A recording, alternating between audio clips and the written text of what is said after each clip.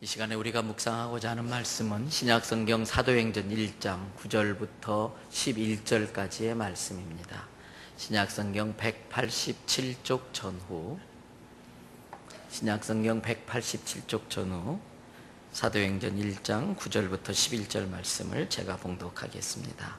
이 말씀을 마치시고 그들이 보는 데 올려져 가시니 구름이 그를 가리워 보이지 않게 하더라.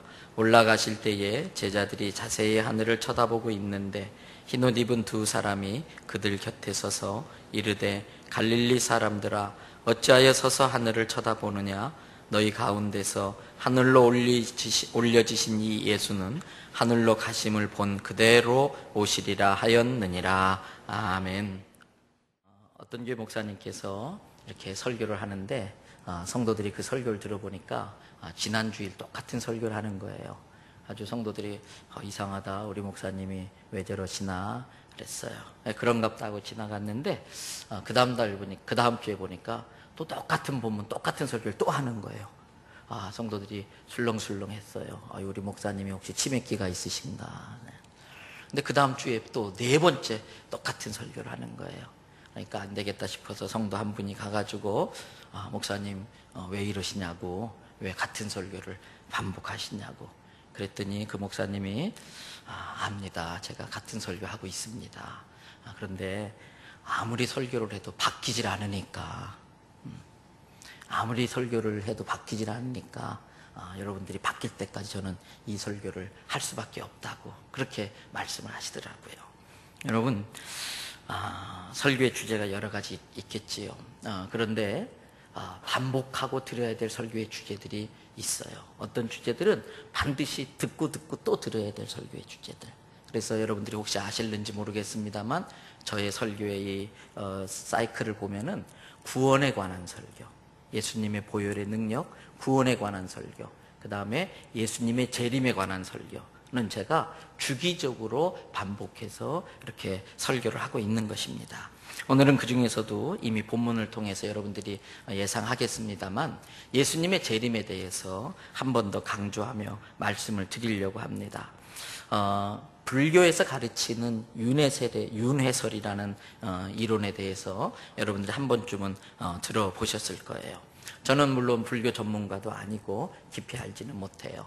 우리 교회 성도들 중에는 정말 불도에 깊이 심취하셨다가 이렇게 또 예수님 앞에 나온 분들이 있죠. 금강경을 여러 번 쓴 우리 성도님들 중에서도 그런 분들이 있어요. 그런 분들에 비하면 저는 불교에 대한 지식이 일천합니다만은 저의 그 옅은 지식으로라도 조금 말씀드릴 수 있다면 이런 거예요. 불교에서 소위 육도 사생이라는 것을 말을 합니다. 육도라고 하는 것은 생명이 이 세상에 태어나는 그 세상을 말하는 것인데 가장 낮은 것, 제일 밑바닥이 우리가 말하는 지옥이에요. 지옥. 그 다음에는 짐승으로 태어나는 축생, 가축할 때 그 축생이라고 하는 짐승으로 태어나는 세상이 있어요. 그 다음에 우리가 아기다툼이라는 표현 많이 쓰잖아요. 이 아기라는 것은 아사한다 했을 때는 그 굶주릴 아자거든요.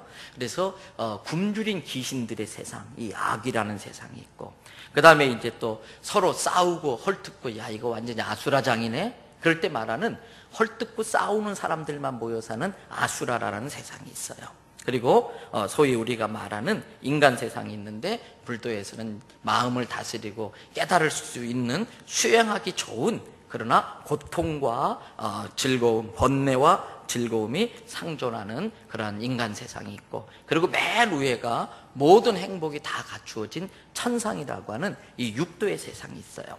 사생이라고 하는 것은 그 육도에 태어나는 그 방식에 따라서 네 가지의 출생 방식이 있는데 난생, 태생, 습생, 화생, 사생이라고 말해요. 이 난생이라고 하는 것은 말 그대로 알을 통하여 태어나는 거예요. 주로 벌레 같은 이런 것들이 많지요. 닭도 난생이고, 그 다음에 이제 태생이라고 하는 건 자궁을 통해서, 그래서 소나 말이나 우리 인간도 태생이에요. 그 다음에 습생, 물속에서 태어나는 아마 물고기 같은 그런 게 있고, 그 다음에 이제 최고로 치는 게 화생이에요. 화생, 변화된다, 이렇게 하는 거예요. 그래서 예를 들어서 축생에 태어나도 난생으로 태어나느냐 태생으로 태어나느냐, 짐승세계에 태어났는데도 뭐 알로 태어나면 벌레로 태어날 가능성이 많고, 그 다음에 뭐 태생이라면 그나마 벌레보다 좀 나은 짐승으로 태어날 수도 있고, 하여튼 이렇게 해서 육도 사생을 돌고 도는 것이, 끝없이 도는 게 윤회다, 이렇게 말을 하는 거예요. 그래서 마음속에는 욕망이 그 업을 쌓게 되는데, 예를 들어서 뭐 직업에 따라 뭐 짐승을 많이 죽인다든지, 그러면 그런 짐승들이 죽으면서 원한을 품고 죽는다는 거예요. 그 원한이 그 사람에게 업으로 다 쌓이면은 그 전생에 쌓은 업에 의해서 현생에 인간으로 태어나기도 하고, 또 짐승으로 태어나기도 하고, 또 설령 인간으로 태어난다 할지라도 전생의 업에 의해서 이 땅에서는 귀한 존재가 되기도 하고 낮은 존재가 되기도 하고, 그래서 다행스럽게 그나마 육생 중에 좀 높은 인생으로 태어났을 때에 열심히 공덕을 쌓아가지고서 그것을 벗어나가지고 천상에 거쳐서 열반에 들어가는 것을 해탈이라고 이렇게 말을 한다고 그래요. 얼마 전에 교회를 안 다니시는 어떤 분과 이 윤회에 관한 대화를 할 일이 있었어요. 그분 말씀이 지금 현생에서 열심히 착한 일 많이 해서 칭찬 스티커 많이 받고 복받는 쿠폰 많이 쌓아두었다가 다음 생애에 자기가 꼭 하고 싶은 일에 그 쿠폰과 스티커를 한꺼번에 왕창 쓰겠다고 그런 말씀을 하시더라고요. 그래서 제가 그분에게 아주 냉정하게 말씀드렸어요. 죄송하지만 그런 식의 다음 생에는 없습니다. 만약에 선생님 말씀대로 전생이 있었다면 사람들이 현생에서 지금 이렇게 살고 있겠습니까? 선생님 말씀처럼 전생에서 분명히 내가 인생으로 다시 태어나면은 나는 이렇게 참 살아보겠다 라고 마음을 먹고 태어났을 텐데, 그렇다면 사람들이 이런 식으로 막 살진 않을 겁니다, 이렇게 말씀드렸어요. 그래서 전생이니 이생이니 하는 것들은 다 사람들이 심리적으로 좀 편안함을 얻고자 하기 위해서 꾸며낸 이야기다, 이렇게 말씀을 드렸어요. 여러분, 그렇습니다. 하나님이 만든 세상은 그런 식의 세상이 아니에요. 하나님이 지으신 세상은 한없이 돌고 돌다가 결국은 지옥의 나락으로 떨어지고 만다는 그러한 윤회의 세상이 아니라 직선적인 역사입니다. 원래 인간은 하나님의 형상으로 창조되었어요. 존귀한 존재고 거룩한 존재고 완전한 존재고 아름다운 존재예요. 그런데 자칫 한 번의 실수로 하나님을 부정하고 하나님이 따먹지 말라는 선악과를 따먹고 하나님을 거역하고 하나님께 대항하고 하나님 앞에 반역을 일으켜서 그 에덴 동산 낙원에서 쫓겨나고 말았어요. 마귀의 거짓말에 속아서. 그래서 아예 지옥으로 폐기되어져야 될 죄 지은 인생은 거룩한 하나님과 함께 할 수 없기 때문에 지옥으로 폐기되어야 될 존재들이 바로 우리들이었었어요. 그러나 하나님 자신이 자기의 형상으로 지은 인간은 너무나 사랑하시기 때문에 지옥으로 폐기되기 전에 한 번 더 기회를 주시는 거예요. 맨 처음 창조의 때 그 완전한 때로 돌아갈 수 있는, 회복될 수 있는 기회를 주신 것이에요. 그래서 하나님이신 예수님이 친인간의 몸으로 오셔서 우리가 지은 죄를, 우리를 사랑하기 때문에 대신 다 져주셨어요. 죄의 값을 다 지불해 주셨어요. 자기의 생명으로 죄값을 다 치르셨어요. 그래서 누구든지 그 예수님의 사랑을 믿고 감사하며 자기의 죄를 회개하고 뉘우치고 예수님을 구주로 받아들이기만 하면은 예수님의 피로 우리를 깨끗이 씻어주셔요. 그리고 그 믿음을 가진 모든 누구든지 다시 하나님의 자녀로 회복될 수 있는 기회를 주신 거예요. 그래서 누누이 말씀드려요. 천국은 착한 업을 많이 쌓아서 갈 수 있는 게 아니에요.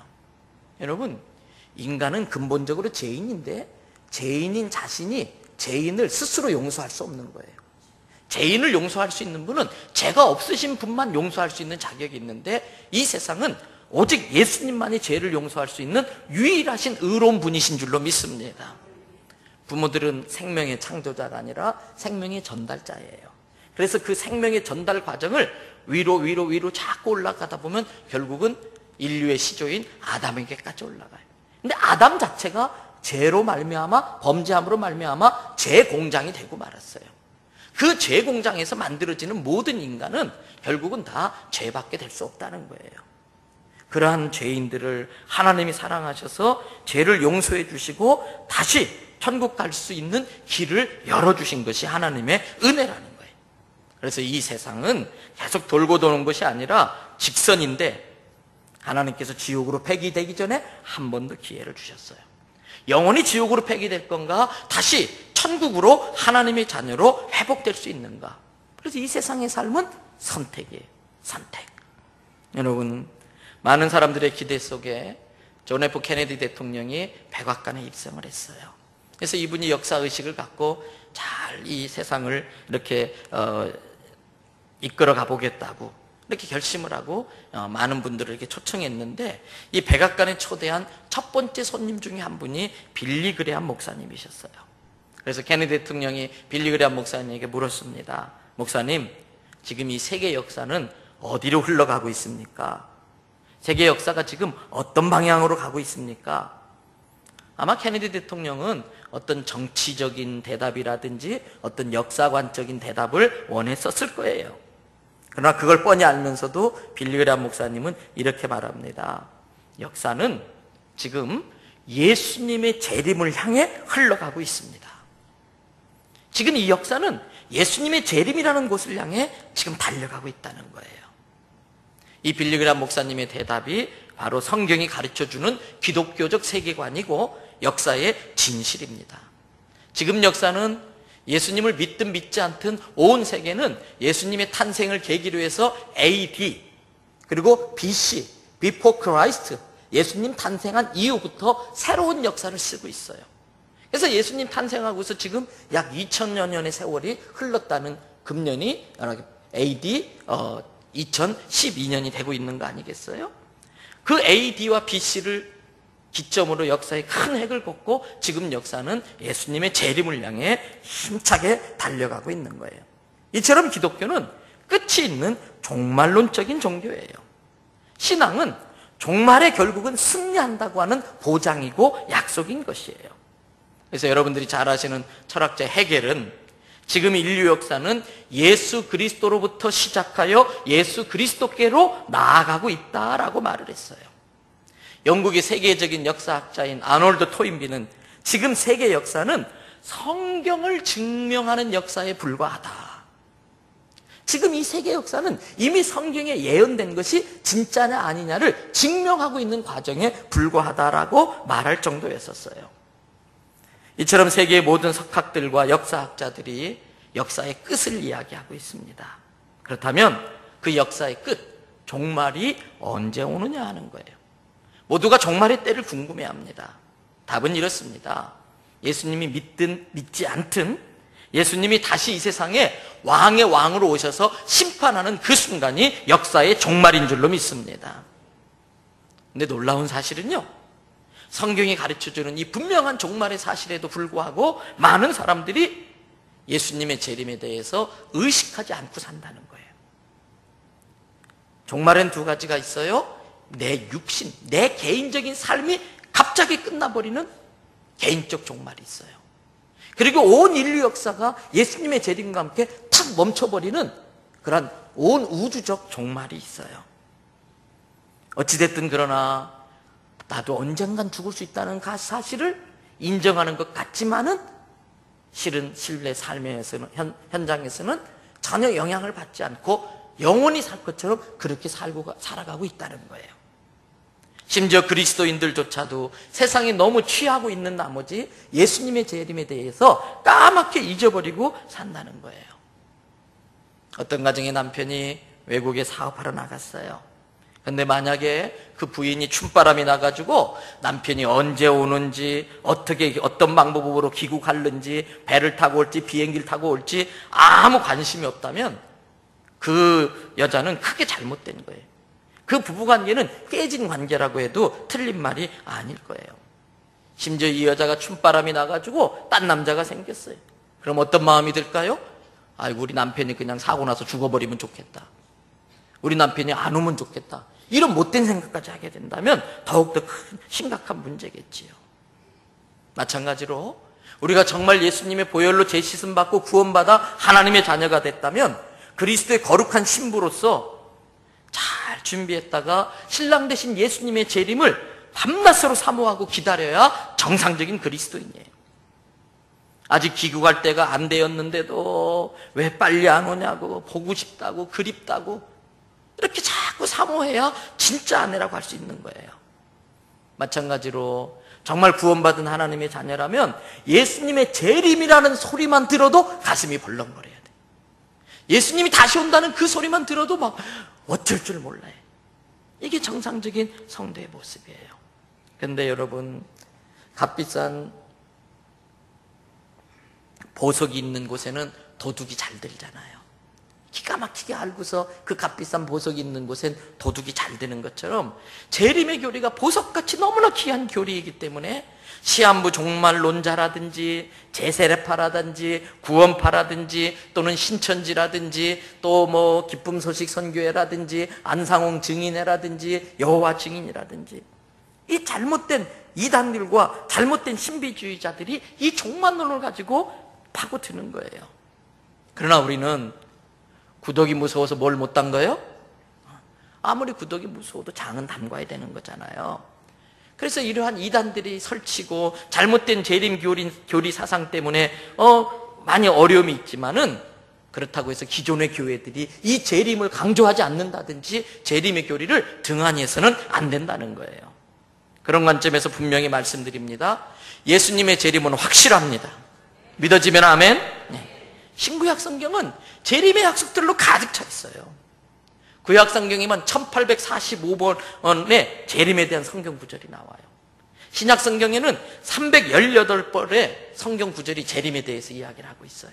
그래서 이걸 굳이 수치로 따진다면 신구약 전체에서 39절마다 재림 이야기가 한 번씩 나오고 있어요. 그리고 재림의 교리는 예수님이 메시아로 이 땅에 오신다고 하는 초림, 베들레헴 마곡간에 태어난다고 하는 이 초림의 교리보다 8배나 더 많이 성경에서 언급되어지고 있어요. 그렇기 때문에 예수님의 초림에 대한 예언이 예수님의 탄생으로 성취된 것처럼 예수님의 재림에 대한 예언은 8배나 더 많이 강조했다면 더 확실하게 이루어지는 걸 믿으시기 바랍니다. 2000년 전 많은 사람들이 예수님의 탄생을 알고는 있었지만 믿지 않았어요. 구약에 예언된 것을 듣고는 있었지만 믿지 않았어요. 오늘 시대는 똑같아요. 예수님의 재림에 대해서 알고 있지만, 듣고 있지만 믿지 않는다는 거예요. 준비하지 않는다는 거예요. 여러분, 본문이 예수님의 재림에 대한 대표적인 예언 아닙니까? 무덤에서 부활하시고 40일 동안 이 세상에 지내시다가 부활이 하신 것을 확실히 입증하기 위해서 제자들과 40일을 세상 가운데 자신을 드러내셨다가 이제 감람산에서 승천하시는 거예요. 천사들의 호의를 받아가며 구름을 타고 올라가는데 사람들이 그냥 예수님 하나님 나라로 가신다 말은 들었지만 실제로 그렇게 가실 줄은 몰랐는데 그걸 보고서 그냥 기절초풍한 거예요. 입이 떡 벌어져가지고 바라보고 있는데 하늘에서부터 천사가 말하잖아요. 뭘 그리 놀라느냐, 뭘 그렇게 멍하니 바라보고 있느냐, 우리 예수님이 너희가 본 그대로 다시 오시리라. 이게 본문의 말씀 아니에요? 또 예수님도 자신이 직접 자신의 재림에 대해서 여러 번 말씀하셨어요. 십자가에 못 박혀 돌아가시는 이야기를 듣고 예수님이 제자들이 근심하자. 요한복음 13장 3절의 말씀이에요. 우리 스크린에 말씀 뜰 거예요. 같이 한번 읽도록 하겠습니다. 방송실 준비가 되나? 예, 같이 읽겠습니다. 가서 너희를 위하여 거처를 예비하면 내가 다시 와서 너희를 내게로 영접하여 나 있는 곳에 너희도 있게 하리라. 믿어지면 아멘. 내가 다시 와서 너희를 데려간다는 거예요. 그렇다면 재림의 때는 언제일까? 그 다시 온다고 하는 그때가 언제일까? 답을 말씀드리면 정확히는 아무도 몰라요. 그러나 어렴풋이 짐작은 할 수 있어요. 이건 큰 차이가 있어요. 정확히 알면 이단이에요. 어렴풋이 짐작하는 것은 예수님의 가르침이에요. 여러분, 예수님은 자기조차도 자신의 재림의 날짜는 아버지 하나님께 맡겨버리고 신비로 남겨두었다. 아들인 나조차도 재림의 당사자인 자신조차도 알길 원치 않고 알지 않는다 말씀하셨어요. 그런데 이 땅에 있는 누군가가 재림의 날짜를 계산한다든지 알고 있다고 말하면 그것 자체만으로도 나는 이단입니다 이렇게 말하고 다니는 거예요. 그래서 누가 내가 예수님의 재림의 때를 안다 그렇게 말하면 목사하고 상담하고 말 것도 없어요. 가서 공부하고 한번 들어볼 것도 말 것도 없어요. 애시당초 그건 태생부터 이단이에요, 이단. 고민할 것도 없어요. 사도행전 1장 7절 우리가 읽었던 바로 본문 앞부분의 말씀인데 우리 한번 같이 읽도록 해보겠습니다. 이르시되 때와 시기는 아버지께서 자기의 권한에 두셨으니 너희가 알 바 아니오. 알려고 해서는 된다 안 된다? 안 되는 거예요.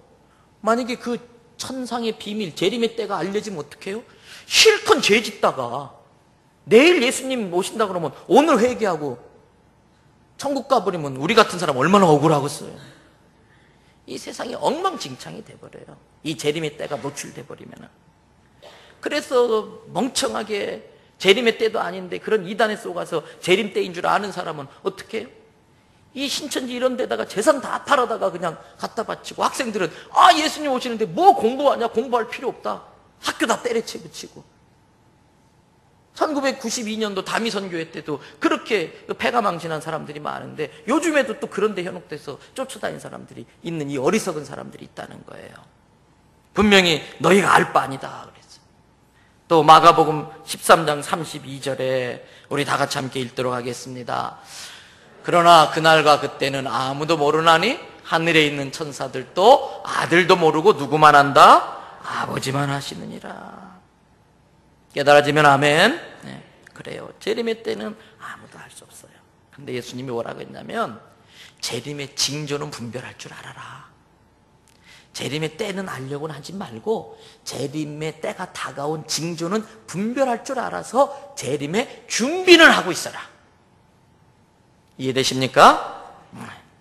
그래서 마태복음 16장 3절 예수님께서 하신 말씀이에요. 우리 같이 읽겠습니다.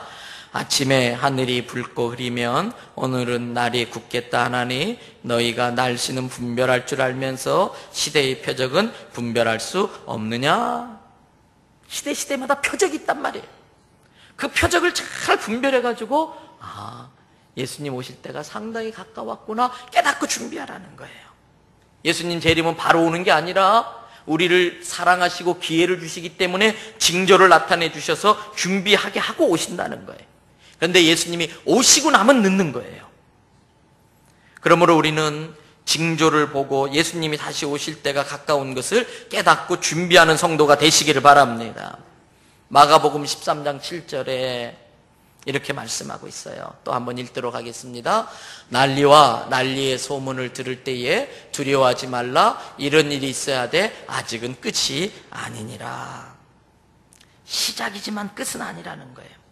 또 계속해서 마가복음 13장 24절 이하를 읽어보면 그때의 큰 환란 후에 해가 어두워지며 달이 빛을 내지 아니하며 별들이 하늘에서 떨어지며 하늘에 있는 권능들이 흔들리리라. 우주를 딱 쥐고 있는 권능이 있는데 이 권능들이 흔들어 버린다는 거예요. 우주적인 큰 변화가 일어난다는 거예요.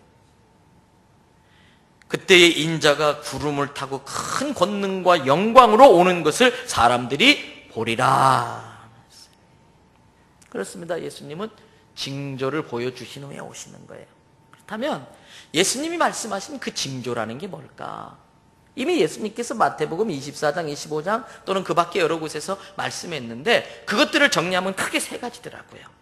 첫째는요, 예수님이 재림하기 전에는요, 거짓의 영들을 통한 종교적인 미혹이 있어요. 거짓의 영을 통해서 우리들을 유혹해가지고 많은 이단들 이런 것들이 나타나서 우리들을 유혹해 간다는 거예요. 그래서 예수님이 그걸 아시고 미리 경고해 놨잖아요. 마태복음 24장 23절 24절 다 같이 함께 읽도록 하겠습니다. 그때에 사람이 너희에게 말하되 보라 그리스도가 여기 있다 혹은 저기 있다 하여도 믿지 말라. 거짓 그리스도들과 거짓 선지자들이 일어나 큰 표적과 기사를 보여 할 수만 있으면 택하신 자들도 미혹하리라.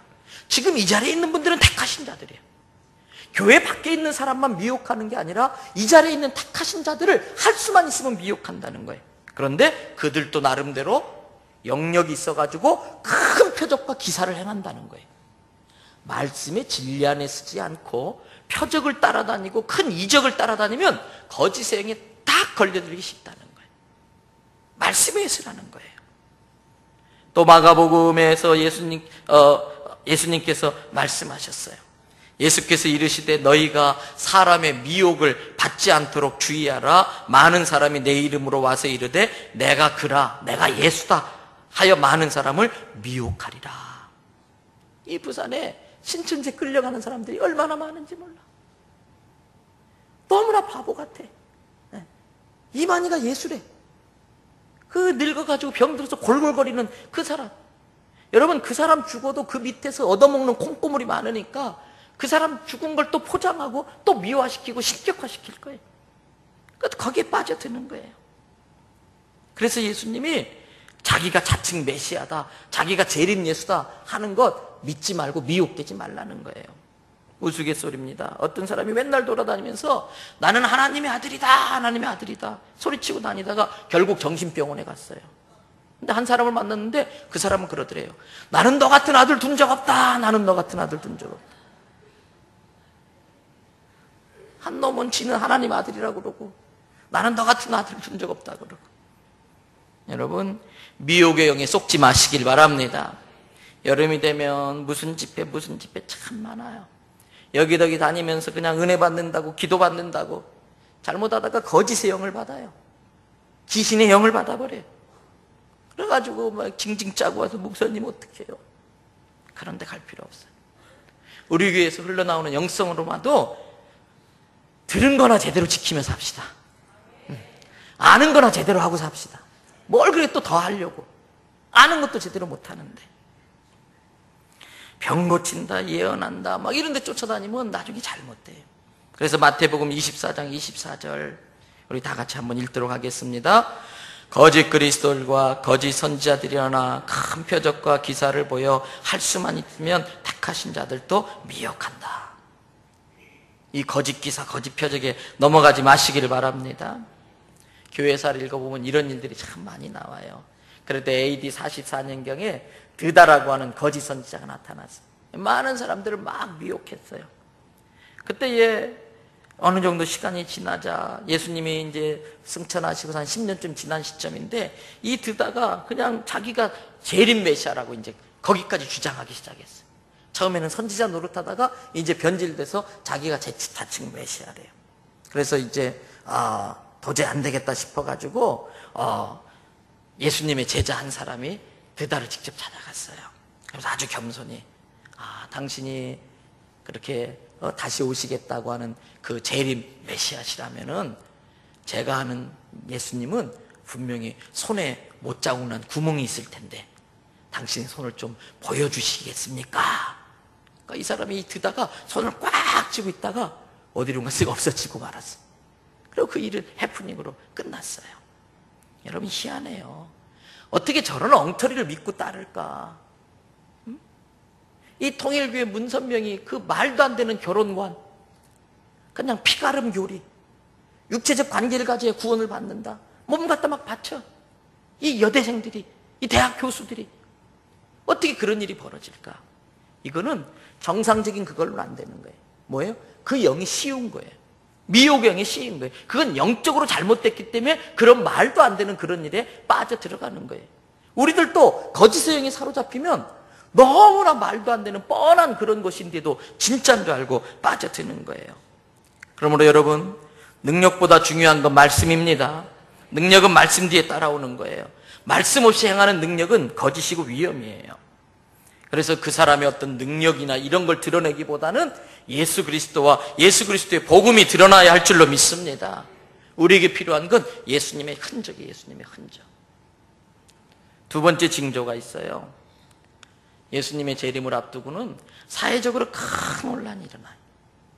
난리와 난리의 소문이 들려요. 민족과 민족이 싸워요. 종족 분쟁. 너무나 끔찍한 용어예요. 종족 말살이라는 단어들을 막 함부로 써요. 그래서 이 부족끼리 싸움이 벌어지면 상대 부족을 아예 씨를 말려버려요. 그 상대 부족의 정체성을 흐트러기 위해서 막 어린 여자애들을 막 강간을 하고.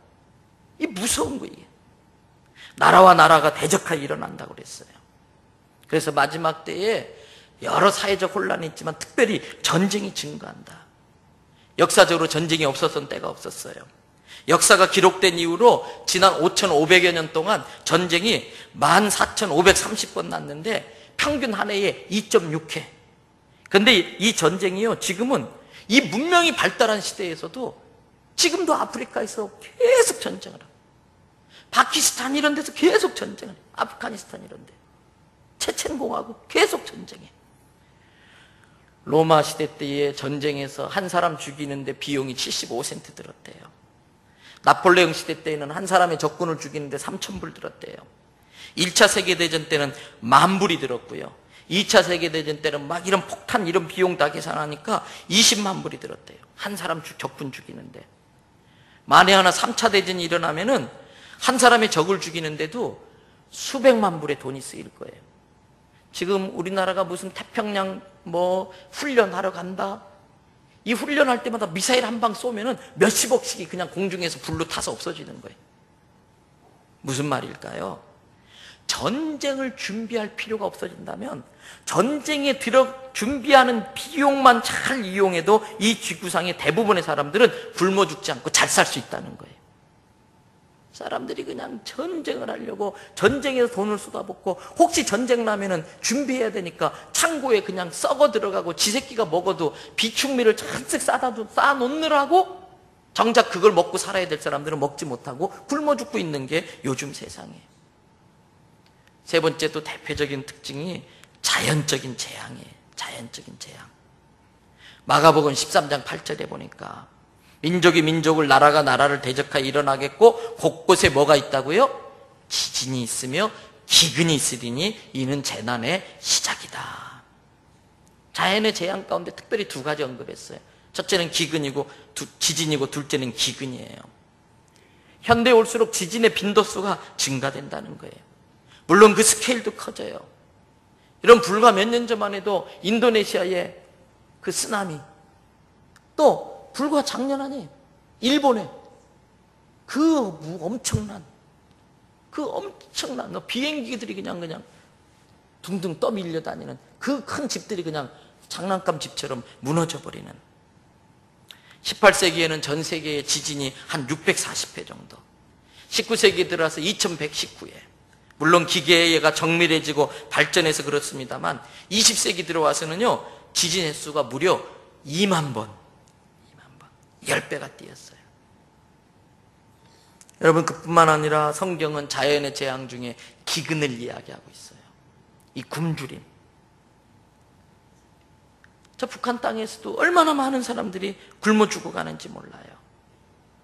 그래서 C.H. 패터슨이라는 사람은 말세를 영어의 P, 알파벳의 P자를 이용해가지고 4가지의 단어로 정리를 했는데, 하나는 폴루레이션, 인구 폭발. 인구 폭발 때문에 종말이 올 수밖에 없다는 거예요. 두 번째는 poverty, 기근. 아주 가난과 기근 때문에 종말이 온다는 거예요. 많은 사람들이 굶주림의 개인적인 종말을 맞이하고 있어요.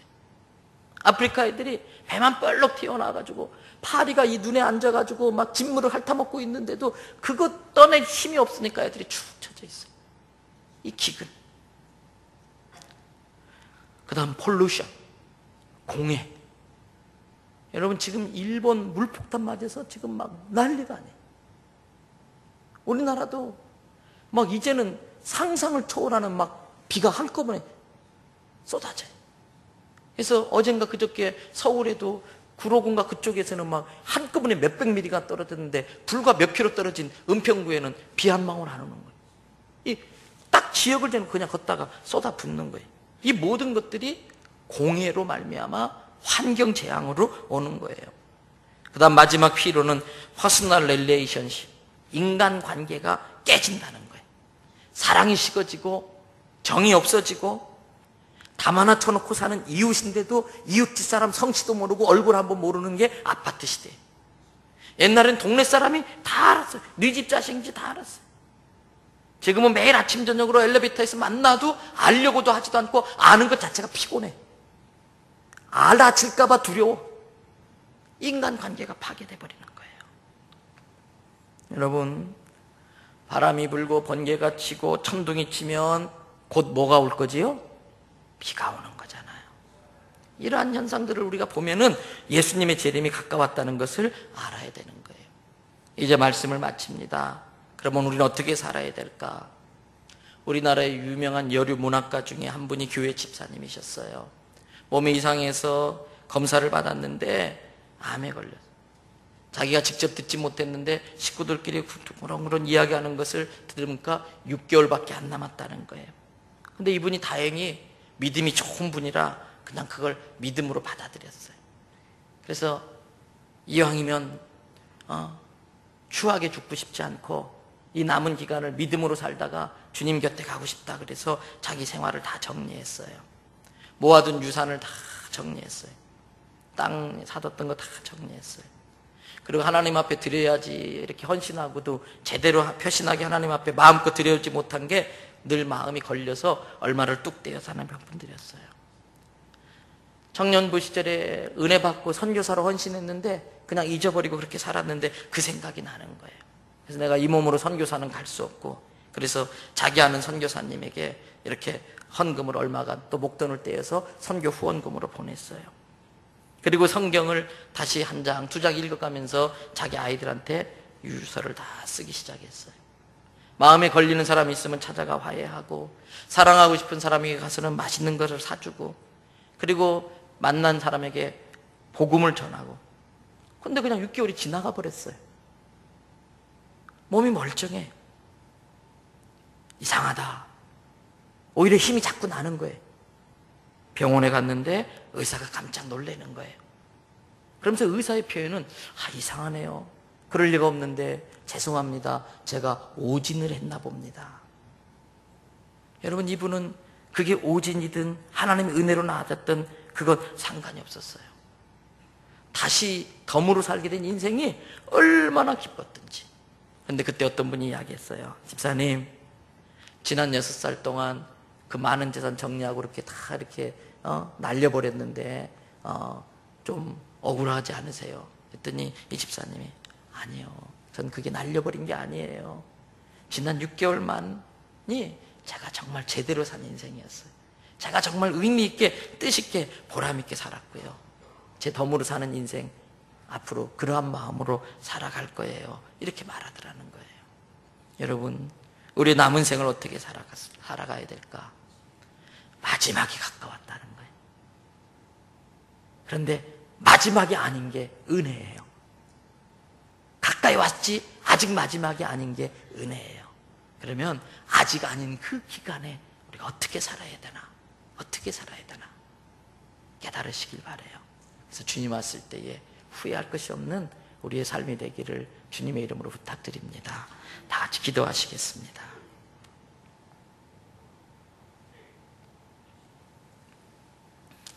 이 시간 종말에 대해서 아는 것만 조금 부족해요. 종말은 준비되어져야 되는 거예요. 알지만 하나도 준비 못하고 사는 사람이 있어요. 여러분들은 준비되어진 사람입니까? 마라나다 주 예수여 어서 오시옵소서. 예수님 지금 오셔도 아무 꺼리낄 게 없이 그렇게 기다리던 남편이 귀국하는 것을 기뻐하는 그 아내처럼 주님의 재림을 사모하는 우리가 되길 바라요. 하나님 나의 그런 마음 주세요. 그런 마음으로 살게 해주세요. 우리 같이 2, 3분 정도 합심으로 기도합니다. 은혜로우신 아버지 하나님, 오늘도 저희들에게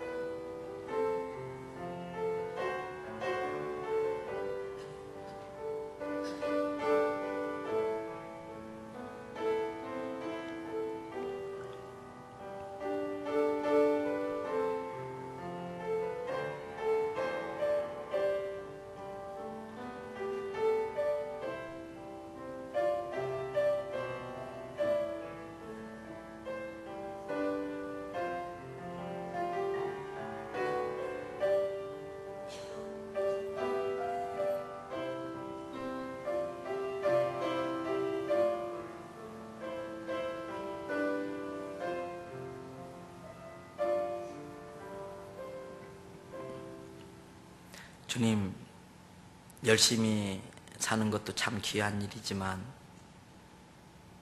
무엇을 위해 사는 것인지를 아는 게 더 중요할 줄 믿습니다. 열심히 달리는 것도 중요하지만 무턱대고 달리기보다는 어디를 향해 달리는지 목표가 분명해야 할 줄로 믿습니다. 정신없이 열심히 산다는 것만으로 잘 사는 줄로 착각하고 있었던 우리들에게 오늘 또 말씀을 통해 우리의 종말을 한번 생각해 볼 수 있게 하여 주시고, 예수님 재림하실 때에 이대로 예수님 맞이해도 괜찮은지 자신을 돌아볼 수 있는 시간 주신 것을 감사를 드립니다. 우리 대연의 모든 성도들이 마지막 때를 살고 있다는 것을 의식하게 하시고, 주님 오시기 전에 이 마지막 때에, 마지막 때가 되기 전에 주어진 이 귀한 시간들을 주님의 재림을 잘 준비해서 맞이하는 거룩한 그리스도의 신부와도 같은 성도들이 다 되게 하여 주시옵소서.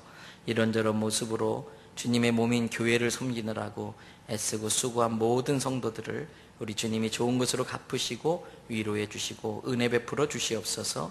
한 주 동안 이 세상에 살 때에 세상 여러 가지들로 인하여 우리 성도들을 보호하시고 지켜주시고, 성도들이 가는 곳곳마다 우리 주 예수 그리스도의 복음이 증거되어 영혼 구원의 귀한 열매들이 있게 도와주시옵소서. 감사드리며 예수님 이름으로 기도드리옵나이다. 아멘. 다 일어나셔서 찬송가 180장을 함께 부르십니다.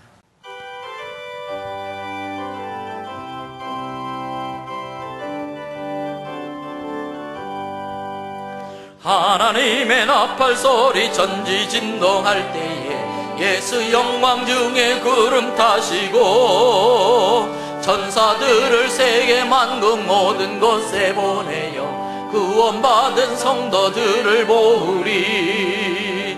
나팔 불 때 나의 이름, 나팔 불 때 나의 이름, 나팔 불 때 나의 이름 부를 때에 잔치 참여하겠네. 무덤 속에 잠자던 자 그때 다시 일어나 영화로운 부활 승리 얻으리. 주가 택한 모든 성도 구름 타고 올라가 공중에서 주의 얼굴 배우리. 아멘 할렐루야. 나팔 불 때 나의 이름, 나팔 불 때 나의 이름, 나팔 불 때 나의 이름 부를 때에 잔치 참여하겠네. 주님 다시 오실 날을 우리 알 수 없으니 항상 기도하고 깨어 있어서 기쁨으로 보좌 앞에 우리 나가서도록 그때까지 참고 기다리겠네. 나팔 불 때 나의 이름, 나팔 불 때 나의 이름, 나팔 불 때 나의 이름 부를 때에 잔치 참여하겠네. 아멘. 지금은 재림의 주로 다시 오실 왕의 왕이신 우리 주 예수님의 크신 은혜와 아버지시기에 우리를 단번에 지옥의 폐기 처분하지 아니하시고 하나님의 자녀로 다시 회복할 수 있는 기회를 허락하신 그 하나님의 무한하신 사랑과 우리 안에 내주하셔서 하나님의 사랑을 받아들이고 예수 그리스도를 통한 구원의 진리를 깨닫게 하여 주셔서 회개케 하고 거룩하게 되어 하나님의 자녀로 회복될 수 있도록 이끌어 주신 성령님의 감동감화 역사하심이 이제 다시 오실 예수님을 사모하며 그 재림의 때를 준비하기로 결단하고 있는 우리 대연의 모든 성도, 이들의 자녀와 가정, 하고 있는 생업, 장래 계획, 비전, 그 기도 제목 위에 방송으로 인터넷으로 이 말씀 들으시는 모든 분들 위해 영원토록 함께 하시기를 축원하옵나이다. 아멘.